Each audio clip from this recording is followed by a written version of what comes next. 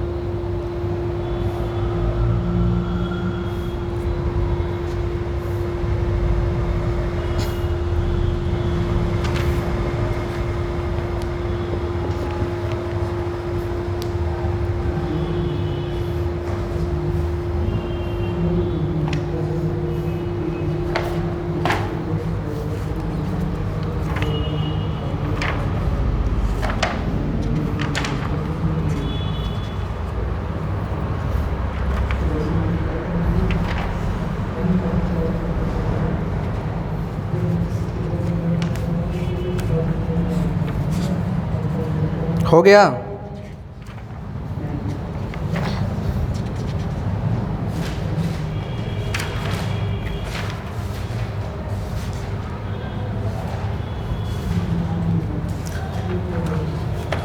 चलो देखो,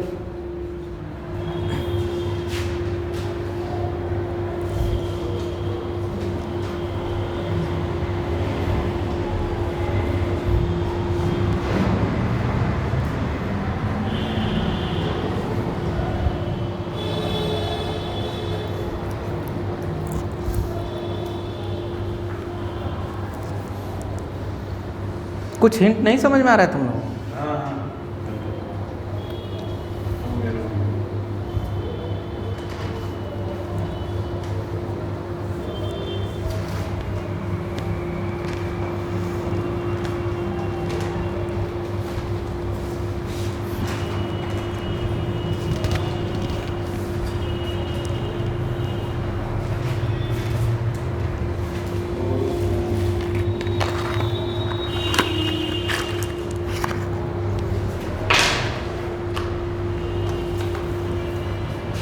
बताएं क्या? राहुल थोड़ा मेहनत करो ना, क्योंकि अब तुमको थोड़ा सा एक्स्ट्रा वर्क करना पड़ेगा।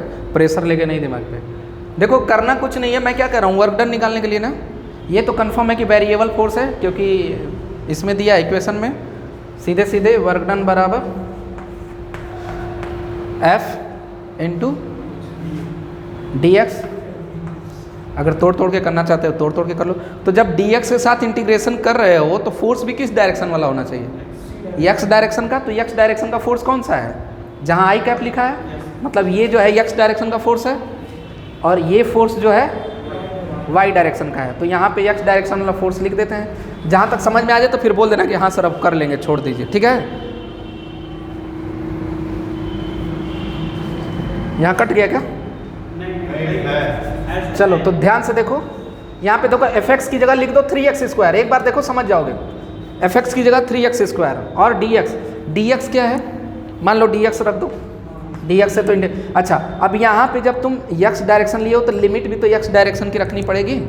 x डायरेक्शन की लिमिट कौन सी है? i क्या बताता है यहाँ पे भी? तो ये क्या बता रहा है कि 2 x में जहाँ 2 है, 2 से कहाँ जा रहे हैं x में 4। भाई दोनों i है ना, तो क्या बता रहा है कि x में 2 पे खड़ा था पहले से ही, और 2 से कहाँ जा रहा है x में 4।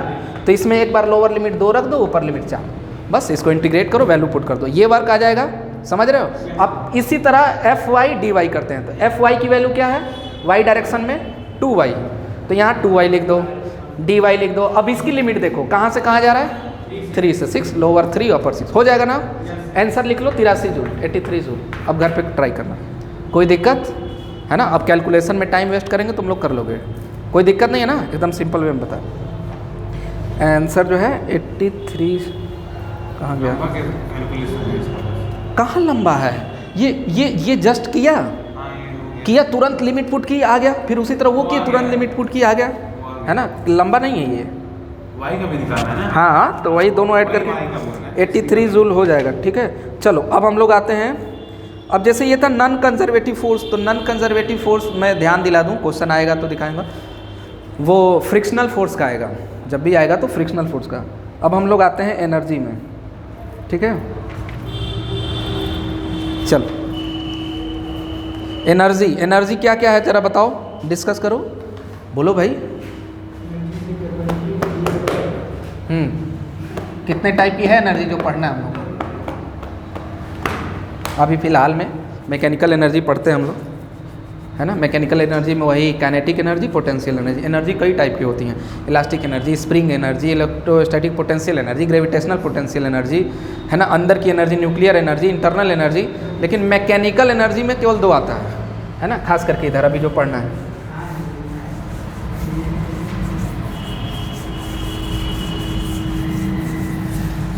इसमें माइक आवाज़ आ रही है। हाँ, क्योंकि वो लिखा होता है।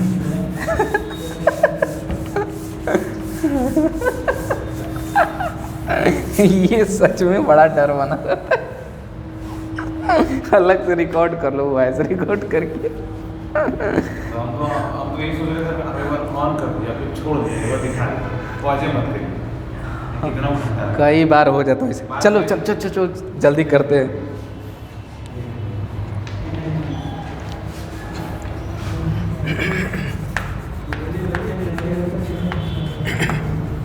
देखो एनर्जी क्या है? एनर्जी ऊर्जा, कैपेसिटी ऑफ डूइंग वर्क, है ना?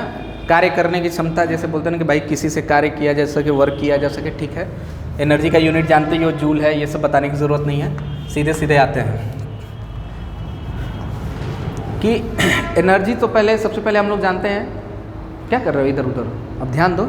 Energy neither be created nor destroy. भाई नया एनर्जी पैदा ही नहीं किया जा सकता और ना ही एनर्जी को डिस्ट्रॉय किया जा सकता है। ठीक है, तो ये सब लिख लेना, इतना लिख देता हूँ। Energy neither be created nor destroy, ये तुम्हारा काम है लिखने का। दूसरा, एनर्जी के 2 टाइप पढ़ते हैं अभी मैकेनिकल एनर्जी में। एक होता है पोटेंशियल एनर्जी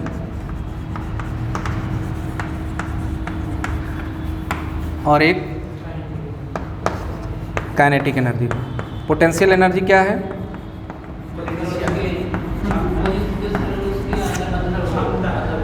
सर बॉडी खुद रखती है। वो एनर्जी जो बॉडी पे लगी जब वो बॉडी रेस्ट पे।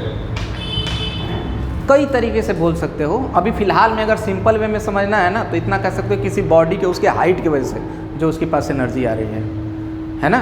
जैसे अगर पत्थर मान लो ज़मीन पे रखा हुआ है, वो तुम्हें कुछ नहीं कर सकता। आप उसको उठा के जितने हाइट पर से फेंकोगे उतना ज़्यादा तुमको चोट करेगा ना?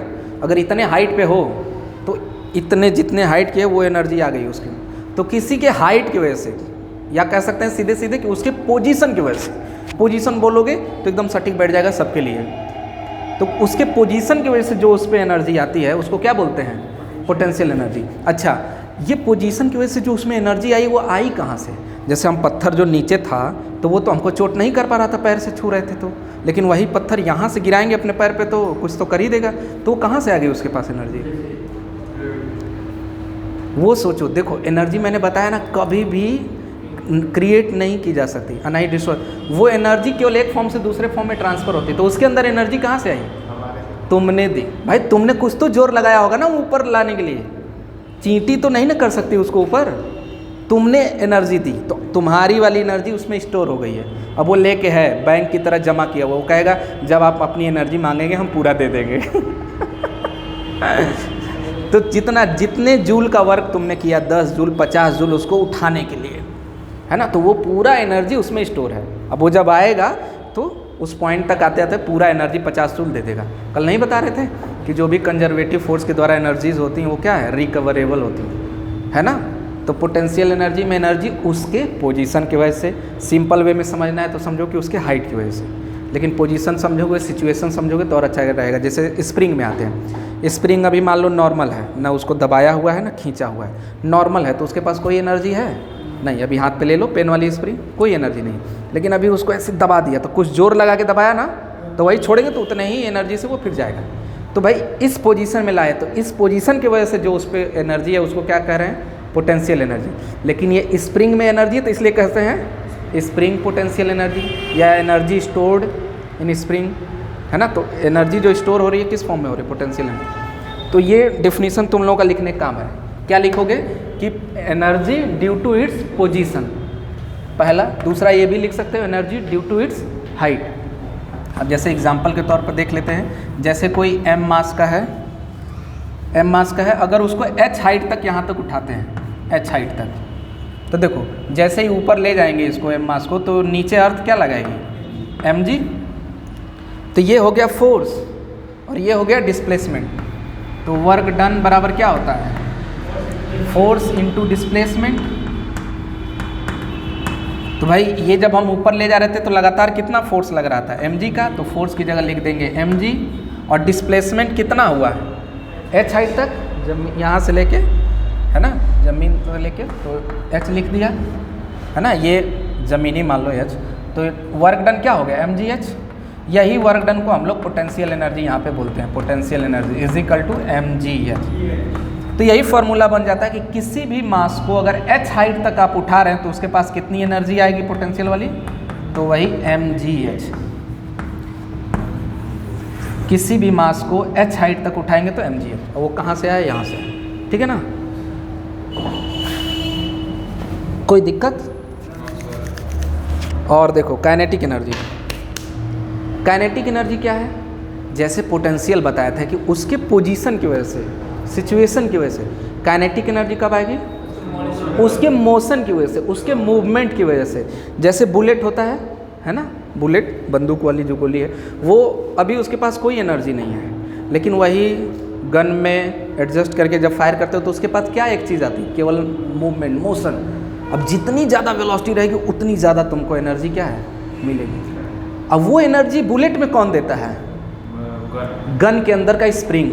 वो स्प्रिंग बहुत ऐसा रहता है कि पूरा ऐसे पैक रहता है, ठीक है। जब हम लोग ये ट्रिगर दबाते हैं ना तो स्प्रिंग छूटता है बहुत तेज, है ना, समझ रहे हो ना।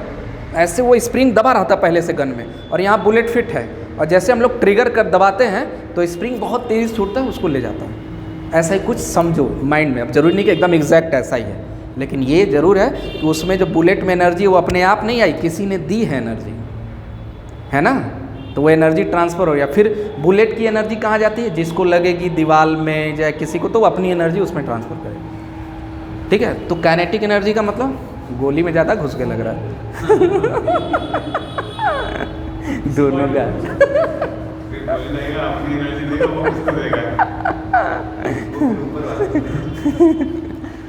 तो काइनेटिक एनर्जी क्या लिखोगे, energy due to its motion, है ना, वो एनर्जी काइनेटिक एनर्जी का, या ड्यू टू इट्स मूवमेंट। तो अब अगर कोई मास m है, कोई मास m है, और उसके पास अगर v वेलोसिटी है, तो कोई पूछे कि अगर m मास के पास v वेलोसिटी है तो उसके पास काइनेटिक एनर्जी कितनी आएगी, तो सब लोग जानते हो काइनेटिक एनर्जी का फॉर्मूला, कि अगर किसी के पास मास m है, v वेलोसिटी है, तो उसकी एनर्जी होती है हाफ, बस है। ये सब प्रूव्ड है। अभी वर्क डन में जैसे वो प्रूव किया, ये भी प्रूव कर सकते हैं, ठीक है ना। तो अभी फ़िलहाल मैं ऐसे ओवरऑल बता रहा हूँ चीज़ों को ना।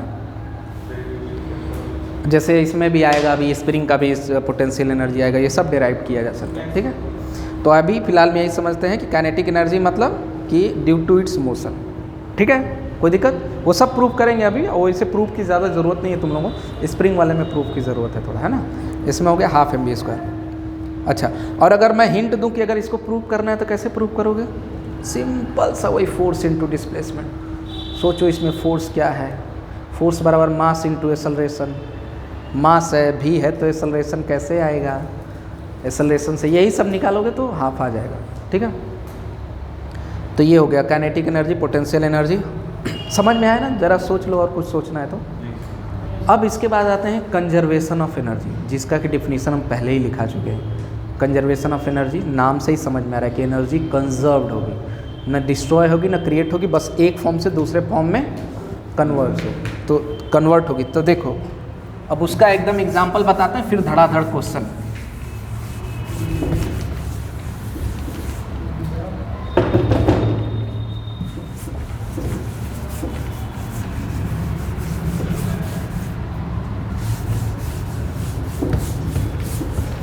एक और मिटाने वाले लाना पड़ेगा। देखो एनर्जी कंजर्वेशन क्या चाहिए?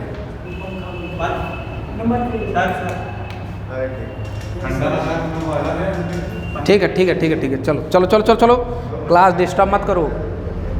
देखो देखो एनर्जी कंजर्वेशन का बड़ा अच्छा एग्जांपल बता रहे हैं, जो कि ये हम बता चुके हैं उसमें मोशन अंडर ग्रेविटी में। मोशन अंडर ग्रेविटी हो जाओ, स्थिर होगे तभी कैच कर पाओगे, नहीं तो छूट जाती हैं बातें।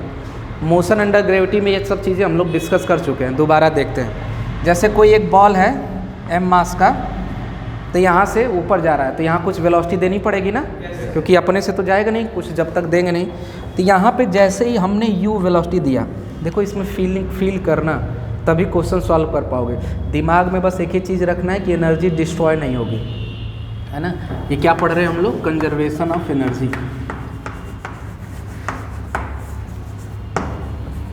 Conservation of energy. देखो तो मान लो जैसे कोई वेलोसिटी दिया हमने, यूँ ही मान लो इनिशियल वेलोसिटी ऊपर की तरफ फेंका, तो जैसे ही मैंने इसको u वेलोसिटी दिया, इसके पास एनर्जी कितनी आ गई? अभी बताया था ना कि किसी मास को इतनी वेलोसिटी देते हैं तो कितनी एनर्जी आती है। अभी h हाइट पे कहाँ गया है? अभी यहीं शुरू में कितनी एनर्जी है इसके पास? Half mv²।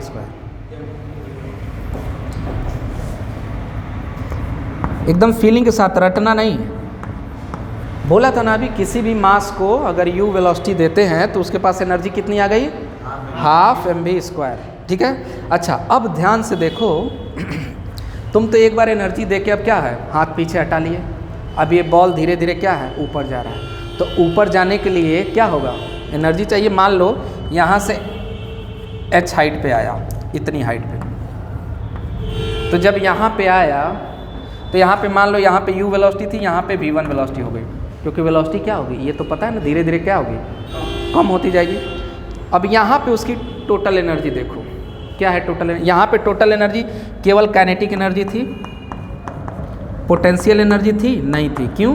क्योंकि पोटेंशियल एनर्जी में mgh होता है और h क्या था, 0, तो इसलिए पोटेंशियल एनर्जी यहाँ पे नहीं थी, टोटल एनर्जी। तो एक चीज़ याद रखो, जो एनर्जी टोटल यहाँ पे मिली है, मान लो जैसे 100 जूल एनर्जी है, तो रास्ते में हर जगह 100 जूल ही रहेगा, क्योंकि एनर्जी कभी लॉस नहीं होती है।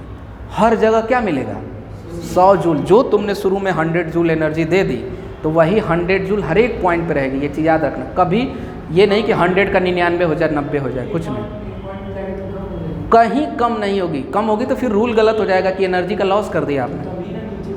बता रहे हैं ना, बस पहले बातों को ध्यान से समझो ना, फिर बाद में डाउट क्लियर हो जाएगा कि एनर्जी क्या है, हर एक पॉइंट पे एक ही रहेगी, 100 जूल। अब देखो जैसे ये जा रही है तो वेलोसिटी कम हो गया, तो वेलोसिटी कम हो गया तो यहाँ पे टोटल एनर्जी देखते हैं इस पॉइंट पे। तो टोटल एनर्जी बराबर kinetic energy plus potential energy. तो यहाँ पे वेलोसिटी अभी कितनी है, तो इसकी वजह से काइनेटिक एनर्जी आएगी। जरा सी भी अगर वेलोसिटी है तो उसकी वजह से काइनेटिक एनर्जी आ जाएगी। लेकिन यहाँ पे तो अब h हाइट भी आ गया, तो पोटेंशियल एनर्जी भी हो जाएगा कितना, कोई डाउट, mgh होना क्या। ये फ़ोन तो कैसे रिसीव करें,